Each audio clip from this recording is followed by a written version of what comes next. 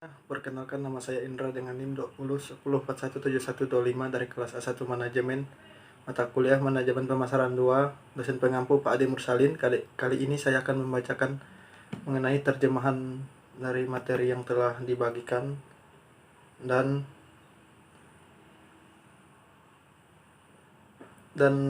membacakan ringkasan saya mengenai video ruang lingkup kualitas pelayanan. Terjemahan kualitas layanan. Ada pasang surut dalam usaha laki-laki yang terbawa arus membawa keberuntungan. Pada awal tahun 1990-an, kekhawatiran tentang kepuasan pelanggan dan kualitas produk menjadi gelombang pasang yang muncul dalam usaha industri dan akademisi. Dan awal 1980-an, tiga akademisi menaiki perahu kualitas layanan mereka dan mengarungi arus.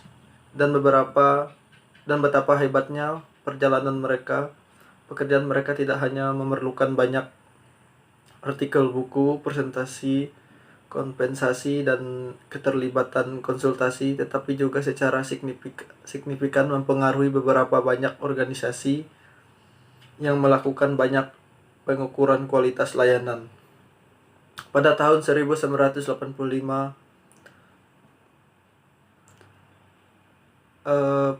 sebuah perusahaan dalam kurung diucapkan Farah Surahman, tetapi ia biasa menggunakan nama panggilannya Parsu. Leonard Berry dan Valery J.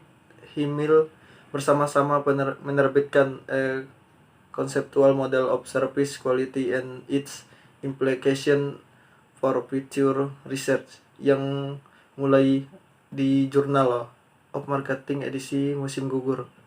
3 tahun kemudian di Journal of Relating mereka menerbitkan pendekatan mereka untuk mendefinisikan dan mengukur kualitas layanan.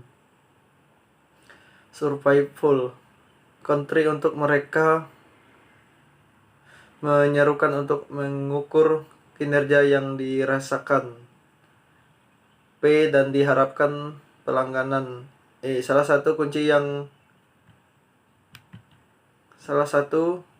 kunci untuk memaksimalkan kualitas adalah memaksimalkan perbedaan antara dua ukuran ini, P kurang E, sehingga untuk melebihi harapan pelanggan. Ringkasan dari video ruang lingkup kualitas pelayanan. Pengertian kualitas pelayanan dan dimensi kualitas pelayanan.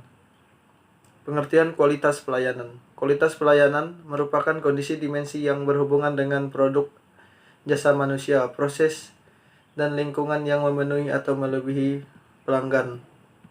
Pelayanan yang berkualitas dan memenuhi kepuasan konsumen terdiri atas 3 komponen yang harus dipahami bagi setiap perusahaan, antara lain sebagai berikut. 1. Proses sebelum penjualan.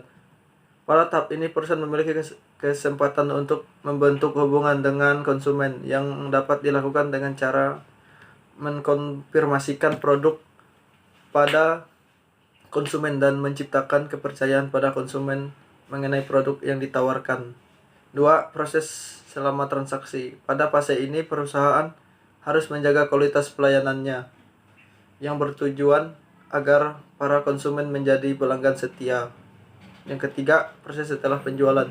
Pada fase ini, perusahaan diharapkan mendengarkan keluhan dari pihak konsumen atau pelanggan atas produk yang telah dibeli.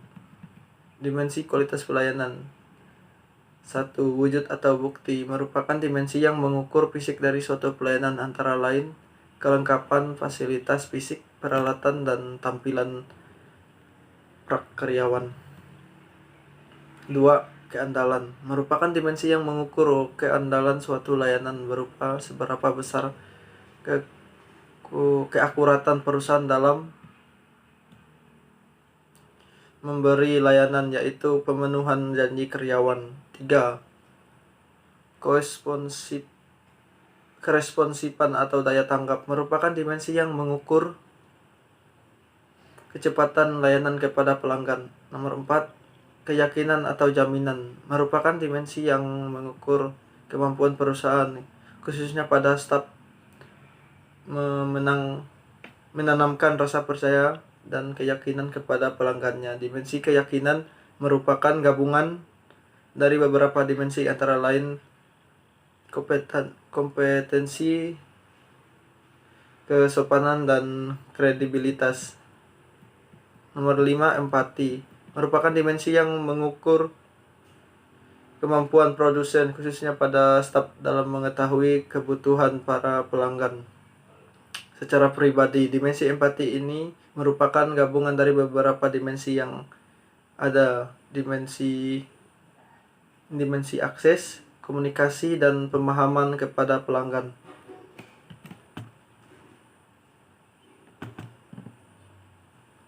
Sekian penyampaian materi dari ringkasan saya ucapkan terima kasih.